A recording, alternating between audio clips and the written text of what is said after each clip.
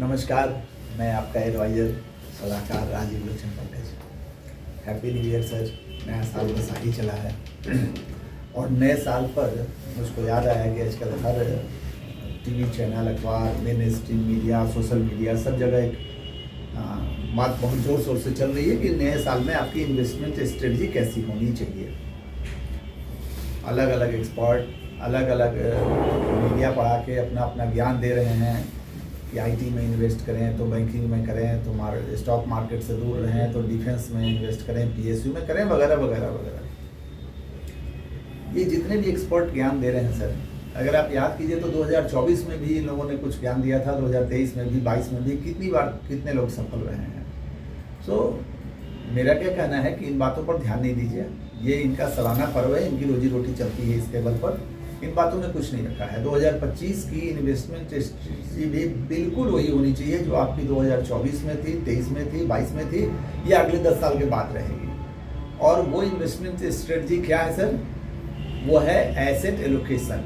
Asset allocation is the key. Asset allocation का मतलब हो गया कि आपका जो इन्वेस्टमेंट है उसका कितना पोर्शन किस एसेट क्लास में इन्वेस्ट होना चाहिए। मोटे तौर पर फिनेंशियल मार्केट में जो एसेट क्लास हैं, एक तो डेट, जैसे bank FD, corporate FD, NCD, government bonds, mutual fund के डेट फंड्स एटसेट्रा, और दूसरा इक्विटी से related asset class, stock market, mutual fund, SIP, और तीसरा गोल्ड रख लीजिए। तो ये 3 एसेट क्लासेस हैं मोटे तौर पर। और जो स्ट्रेटजी हम लोग बार बार डिस्कस करते रहे हैं वही स्ट्रेटजी अभी भी सफल है कि आप एलोकेशन तय कीजिए कि किस एसेट क्लास में कितना इन्वेस्ट करेंगे। और कैसे तय करें, इसका जवाब भी बड़ा आसान है कि पहले तो अपना गोल डिफाइन कीजिए कि आपका गोल कितने दिन के बाद आने वाला है। ये जो इन्वेस्टमेंट कर रहे हैं ये किस गोल को पूरा करने के लिए कर रहे हैं। अगर वो गोल शॉर्ट टर्म का है, कम दिन में पैसा वापस ज़रूरत पड़ने वाली है, तो उसको डेट प्रोडक्ट्स में इन्वेस्ट कीजिए। वो बैंक एफडी हो, कॉर्पोरेट एफडी हो, एनसीडी हो, कोई भी ऐसा प्रोडक्ट हो जहां वोलेटिलिटी नहीं है, रिटर्न भले ही कम लेकिन गारंटेड फिक्स रिटर्न है। और अगर आपका गोल लंबे समय के बाद आने वाला है, पैसा बहुत दिन के बाद वापस चाहिए, तो बिल्कुल बेशक इक्विटी में इन्वेस्ट कीजिए, mutual fund, one time, SIP etcetera, क्योंकि उतना बड़ा रिटर्न देने की ताकत केवल इक्विटी में है।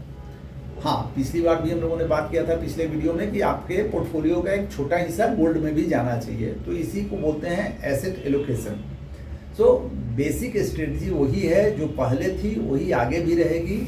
एक बात याद रखिए, सफलता का कोई शॉर्टकट नहीं होता है। मैं रिपीट कर दूँगा अपनी बात कि सफलता का कोई शॉर्टकट नहीं होता है कि इस साल इस तरह का इन्वेस्टमेंट करेंगे और अगले साल उस तरह का इन्वेस्टमेंट करेंगे तो मेरा रिटर्न बड़ा होगा। कभी नहीं होगा। इस भूल भुलाव में आने की जरूरत नहीं है। अपने एसेट एलोकेशन स्ट्रेटजी पर स्टिक कीजिए, टिके रहिए और ज़रूर आप कामयाब होंगे। Okay, once again happy new year sir. Thank you.